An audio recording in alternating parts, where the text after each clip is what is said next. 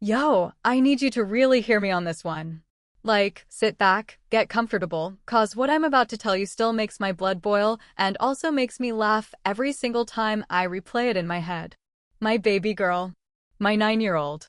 She had been counting down the days to this trip for 6 months. 6 whole months.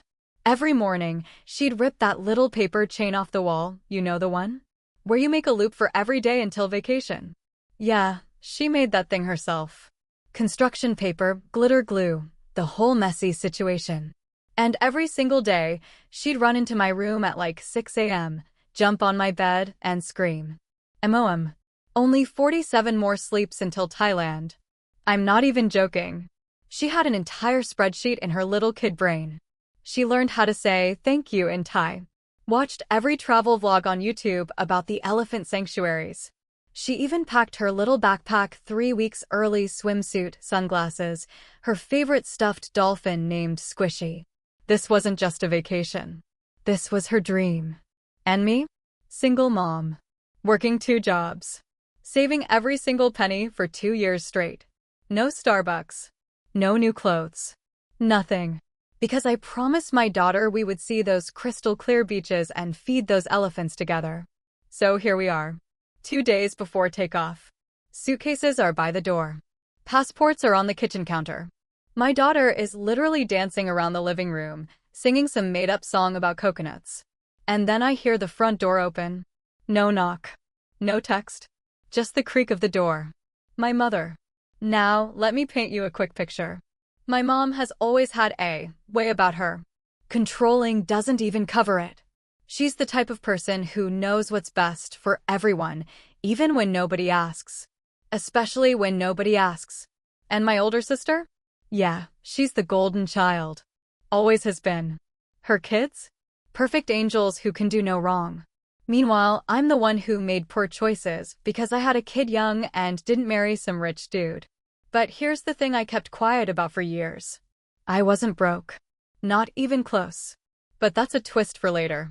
Anyway, back to that night. My mom walks in like she owns the place. No hello. No, how are you? Just that cold, calculated look she gets when she's about to drop a bomb. My daughter runs up to her. Grandma. Grandma. 2 more days. We're gonna see the elephants. And my mom doesn't even look at her. She looks at me. Straight through me. Plans changed, she says. Voice flat. Dead. Like she's telling me the weather. I'm confused. What do you mean? We leave Saturday. She steps closer. And that's when I see it. My ATM card. Clutched in her hand. My heart stopped. I'm not being dramatic. It literally skipped a beat. You're not going, she says. Your sister's children don't feel comfortable around you. I blinked. What? Don't play dumb. You know how you are. The way you talk. The way you parent. My grandbabies feel unsafe. So I took the liberty of canceling your flights and moving the money into a more responsible account. She said it so casually. Like she just returned a library book. My daughter stopped dancing. She looked at me. Then at her grandma. Then back at me. Her little face started crumbling. Mommy? We're not going. I wish I was joking, but I could literally hear my own heartbeat in my ears. The audacity. The betrayal. This woman, my own mother, had somehow gotten access to my card. Probably through that emergency contact nonsense I set up years ago when I was young and stupid. She smiled. That tight, smug smile. It's for the best, sweetie. You can't even afford this trip anyway. Be honest. That's when something inside me shifted. Not anger. Not sadness. Something colder. Calmer. I looked at my daughter. Tears streaming down her face. Squishy the dolphin hanging from her little hand. And I looked back at my mother. Standing there. Holding my card. Thinking she'd won. I took a slow breath. And then I said one sentence. The room went dead silent.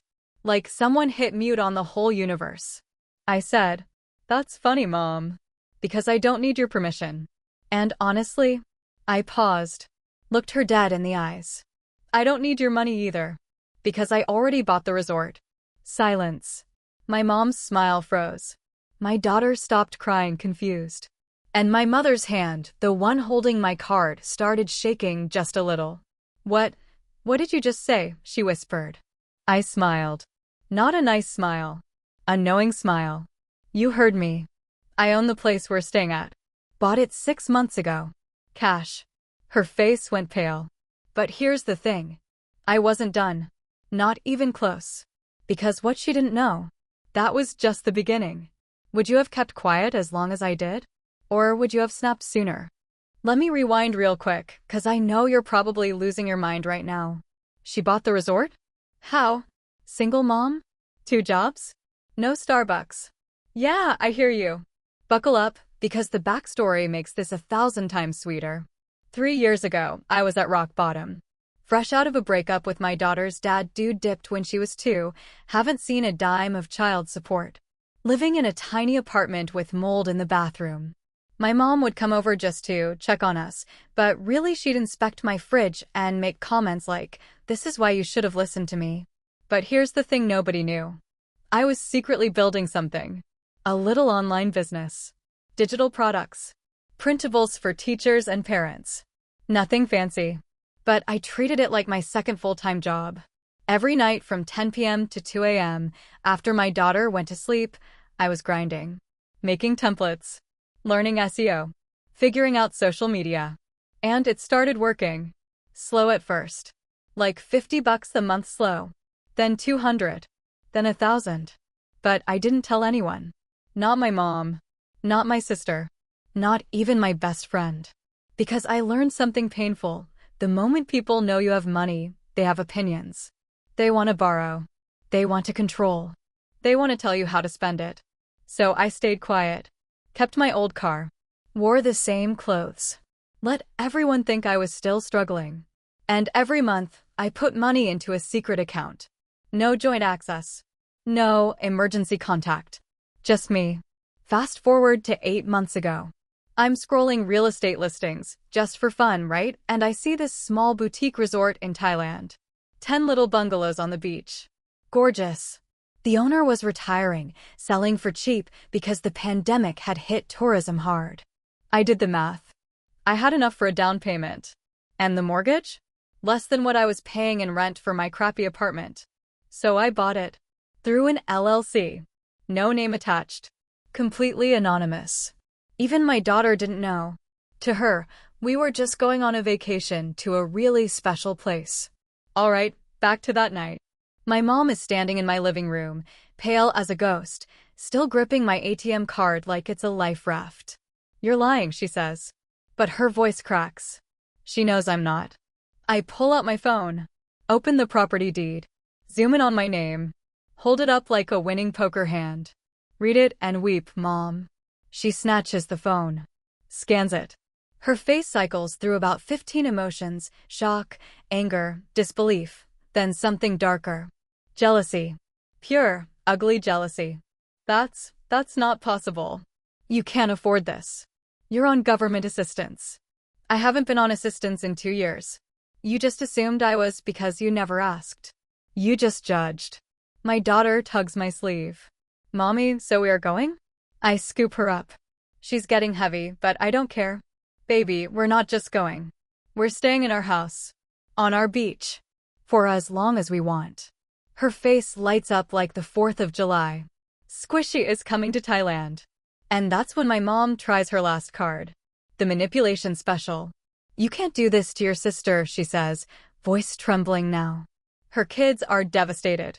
They wanted to go to the beach that week. You're being selfish. I laughed. I couldn't help it. Selfish? You stole my ATM card. You canceled my flights. You tried to steal my daughter's dream because your precious grandchildren don't feel comfortable around me? Please. Tell me exactly what I did that made them so uncomfortable. Silence. Go ahead, Mom. Name one thing. More silence. Because we both know the truth. They're uncomfortable because I don't bow down to you. Because I don't let you control every holiday.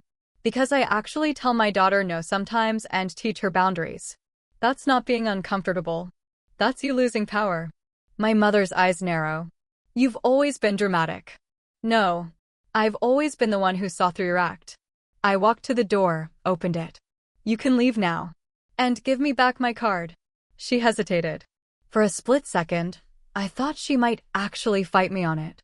But then she dropped the card on the floor, like she was spitting on it, and walked out without another word. Door slammed.